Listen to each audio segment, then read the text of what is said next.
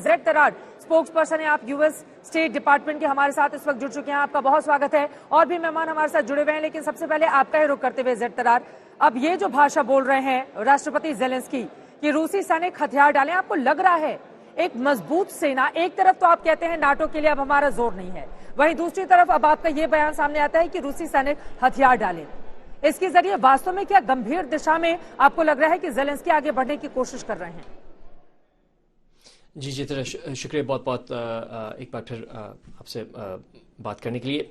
देखिए, आपने सुना होगा चित्रा, कल ही राष्ट्रपति बाइडेन ने बहुत स्पष्ट तौर पर यह कहा है कि हम जितना ताकत और जोर डाल सकते हैं यूक्रेन के पीछे वो हम लगातार डाल रहे हैं। हम मुसलसल राब्ते में हैं ज़ेलेंस्की के साथ, उनके टीम के साथ हम रोज़ाना उनके साथ बातचीत होती है और जो भी हम कर सकते हैं इस वक्त वो हम करने के लिए तैयार हैं। आपने भी सुना होगा कि हम पोलैंड को अपने F-16s देने के लिए भी तैयार हैं।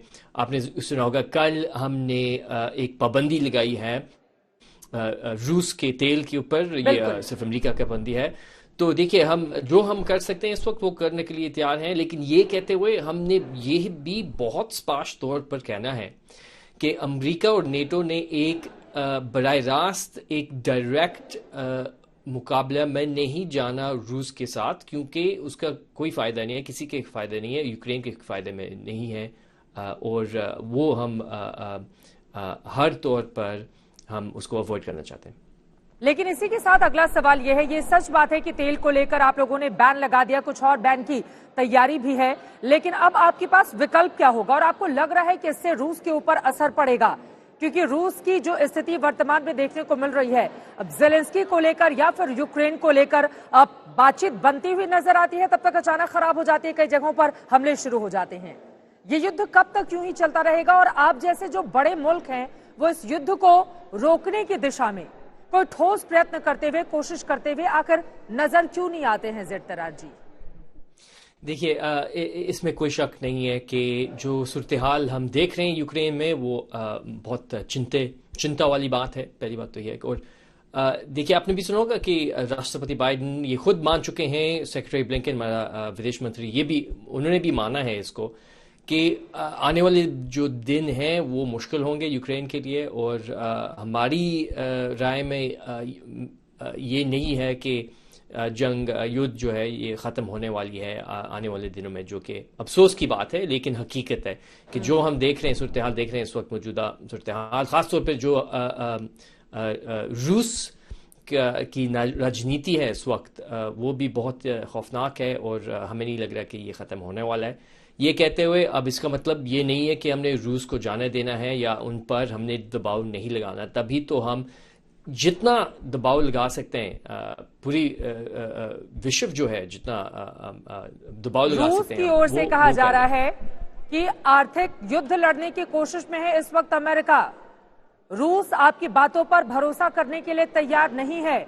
जेलेंस्की एक और बोल रहे हैं कि हम सरेंडर नहीं करेंगे, तो वहीं अमेरिका को लेकर रूस का ये जो बयान सामने आया है उसको किस तरह से देख रहे हैं? आर्थिक युद्ध छेड़ रहा है अमेरिका, रूस की ओर से ये कहा गया है अमेरिका हमारे खिलाफ आर्थिक युद्ध छेड़ने की कोशिश में है।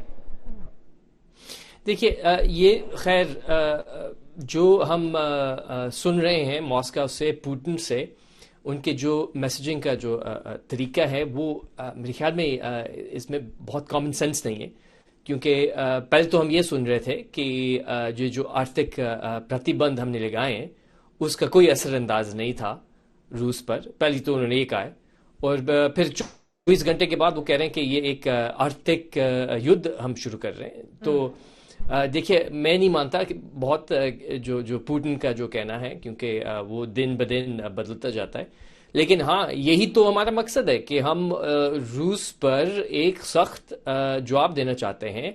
हम डायरेक्ट सैनिक मुकाबला में नहीं जाना चाहते, लेकिन अब इसका मतलब ये तो नहीं है कि हमने उनको छोड़ना है, क्योंकि जो हम देख रहे हैं। लेकिन आर्थिक युद्ध की ये लड़ाई कहां तक जाएगी, ये भी बड़ा सवाल है। अब मैं आ जाती हूं जरा पोलैंड पर। हमारे साथ और भी मेहमान हैं जो आपसे सवाल पूछना चाहते हैं, उनके भी सवाल होंगे, लेकिन उसके पहले मैं आ जाती हूँ पोलैंड की ओर से।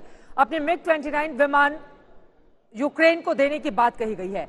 आप लोगों को लगता है, अमेरिका को लगता है कि इससे हालात और ज्यादा खराब होंगे? अमेरिका को इस बात का क्यों एहसास होता है कि स्थिति और ज्यादा बिगड़ जाएगी? जी, असमें बात यह है कि किस तरीके से हमने ये MiG-29 यूक्रेन तक पहुंचाने हैं। इस वक्त जो पहली बात तो ये कि हम बातचीत में हैं, राब्ते में हैं हम पोलैंड के साथ, ताकि हम किसी तरीके ये MiG-29 यूक्रेन तक पहुंचा सकें। लेकिन जो अभी हमने सुना है पोलैंड से जो प्लान है उनका, वो थोड़ा हमें ठीक नहीं लग रहा। यानी कि वो चाह रहे हैं कि पहली बात तो ये कि MiG-29 जर्मनी तक जाएंगे और जर्मनी से फिर अमेरिकी हाथों में से यूक्रेन तक वो हम डालेंगे। ये हमें ठीक नहीं लगता, ये एक एस्केलेशन लग रहा है। तो ये मेरे ख्याल में मुमकिन नहीं है, लेकिन कोई ना कोई तरीका हम निकाल लेंगे। और जो सबसे महत्वपूर्ण बात है, क्या तरीका निकालेंगे? ज़ेड-तरार आज 14वां दिन है और यहाँ पर एक तरफ बातचीत की बातें सामने आती है तो वहीं दूसरी तरफ कुछ ऐसे बयान सामने आ जाते हैं जिससे लगता है कि अगर इसी तरह से जुबानी जंग जारी रही तो बातचीत कैसे बनेगी। प्रेसिडेंट ज़ेलेंस्की को भी क्या समझाने की जरूरत है, तो वहीं दूसरी तरफ पुतिन को भी, क्योंकि नाटो देशों को लेकर, अमेरिका को लेकर रूस हमेशा से ही एक संदेह के घेरे में आप लोगों को देखता रहा है और माना जा रहा है यूक्रेन ये जो लड़ाई लड़ा है वो तो मात्र मोहरा है, असली लड़ाई तो अमेरिका के साथ ही है। इस तरह के भी संकेत मिल रहे हैं। जी, मैं भी बहुत ही, हम जाहिर बात है सुन चुके हैं पुतिन से खास तौर पर कि ये जो असल में मुकाबला हो रहा है ये रूस और यूक्रेन का मुकाबला नहीं है, बल्कि ये रूस और अमेरिका का मुकाबला है, जो कि गलत है। पहली बात तो ये है कि उन्होंने यूक्रेन पर हमला किया, उन्होंने अमेरिका पर हमला नहीं किया। तो ये कॉमन सेंस की बात है, जाहिर बात है कि ये कैसे हो सकता है कि हमारी तरफ कोई मुकाबला है लेकिन बम धमाके यूक्रेन पर गिर रहे हैं। तो ये बहुत ही मेरे ख्याल में अजीब किस्म का अमेरिका से राष्ट्रपति ज़ेलेंस्की ये अपील कर रहे हैं कि लड़ाकू विमान तुरंत देने पर फैसला ले अमेरिका। क्या तैयार होंगे? मैं फौरन लौटूंगी इस सवाल के साथ। जल्दी से अमेरिका पर रूस का बड़ा आरोप यहाँ पर सामने आया है। अमेरिका पर रूस का आर्थिक युद्ध, यानी रूस के खिलाफ अमेरिका आर्थिक युद्ध छेड़ रहा है, इस तरह के आरोप लगाए जा रहे हैं। कई अमेरिकी कंपनियों ने रूस में व्यापार रोक दिया है, ये सब जानते हैं। वहां पर जो सोशल साइट है उस पर बैन लगा दिए गए हैं। अमेरिका पर रूस का आर्थिक युद्ध छेड़ने का आरोप, इस पर आपने जवाब दिया है, लेकिन इसी से आगे बढ़ते हुए मैं आपसे चाहूंगी, ये आरोप बेहद गंभीर हो जाते हैं ज़ेड-तरार, और इसी से जुड़ा हुआ वो अगला सवाल भी है। ज़ेलेंस्की की ओर से आप लोगों से लड़ाकू विमानों की डिमांड की जा रही है और कह रहे हैं तत्काल अमेरिका इस पर फैसला करे। फैसला क्या लिया जाएगा? जी, कोशिश तो ये है कि जो हम ज़ेलेंस्की को दे सकते हैं वो जल्द से जल्द हम दे रहे हैं। जहाँ तक ये हमारे फाइटर जेट्स हैं, MiG-29 हैं, ये इस वक्त हम बिल्कुल उसको बहुत करीब से देख रहे हैं। और मैं इस बात पर भी जोर डालना चाहूँगा कि इस वक्त जो हम देख रहे हैं यूक्रेन के एयर स्पेस पर, वो कम ही हम देख रहे हैं दोनों साइडों से, रूस और यूक्रेन की साइड से कम ही हम जहाज देख रहे हैं, जो लड़ाकू जहाज हैं, जो फाइटर जेट्स हैं। और इसका एक मकसद, यानी कि एक वजह ये है क्योंकि हमने यूक्रेन को बहुत advanced surface to air missiles भी हम दे चुके हैं, जो कि बहुत ही फ़ायदेमंद है इस वक्त यूक्रेन में। लेकिन मैं एक बार फिर इस बात पर जोर डालना चाहूँगा कि जो हम सुन रहे हैं ज़ेलेंस्की से और उनकी टीम से, और हम मुसलसल राब्ते में हैं उनके साथ, वो हम देने के लिए तैयार हैं। जो हम कर सकते हैं जल्द से जल्द हम करना चाहेंगे।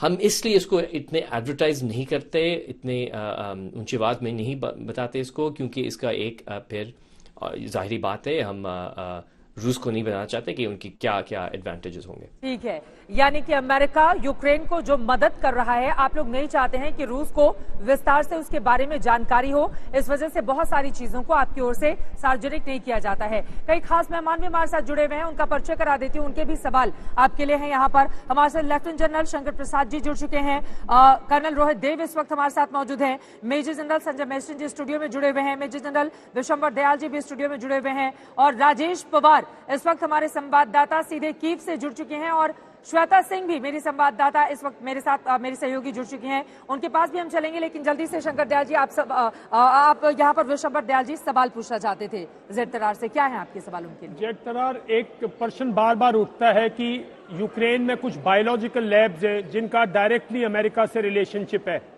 और इसकी कई बार इसका जिक्र आया। आप लोगों का क्या कहना है? क्या इसमें कुछ तथ्य है कि अगर बायोलॉजिकल लैब्स हैं और उसमें अमेरिका और यूक्रेन की बायोलॉजिकल वॉरफेयर पर कोई कॉपरेशन थी, जिसका बार बार रशिया से भी आ रहा है, अब चाइना से भी आ रहा है और अब आपके यहाँ से भी ऐसी आवाजें उठ रही हैं, तो इस पर क्या कहना चाहेगी अमेरिकन एडमिनिस्ट्रेशन?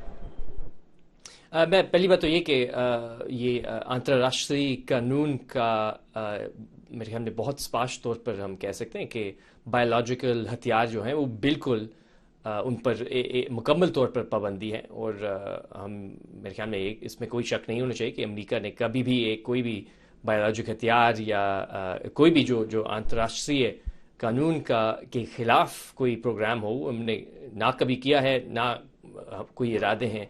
तो ये मैं पहली दफ़ा सुन रहा हूँ कि कोई बायोलॉजिकल लैब है यूक्रेन में। मुझे तो सुनते हुए यही लग रहा है कि ये एक और मिस इन्फॉर्मेशन कैंपेन है पुतिन से। रूस की ओर से बाकायदा बार बार इसका जिक्र किया जा रहा है। फिलहाल के लिए ज़ेड-तरार बहुत शुक्रिया आपका आस्था के साथ जुड़ने के लिए और ये महत्वपूर्ण जानकारी हमारे दर्शकों तक पहुंचाने के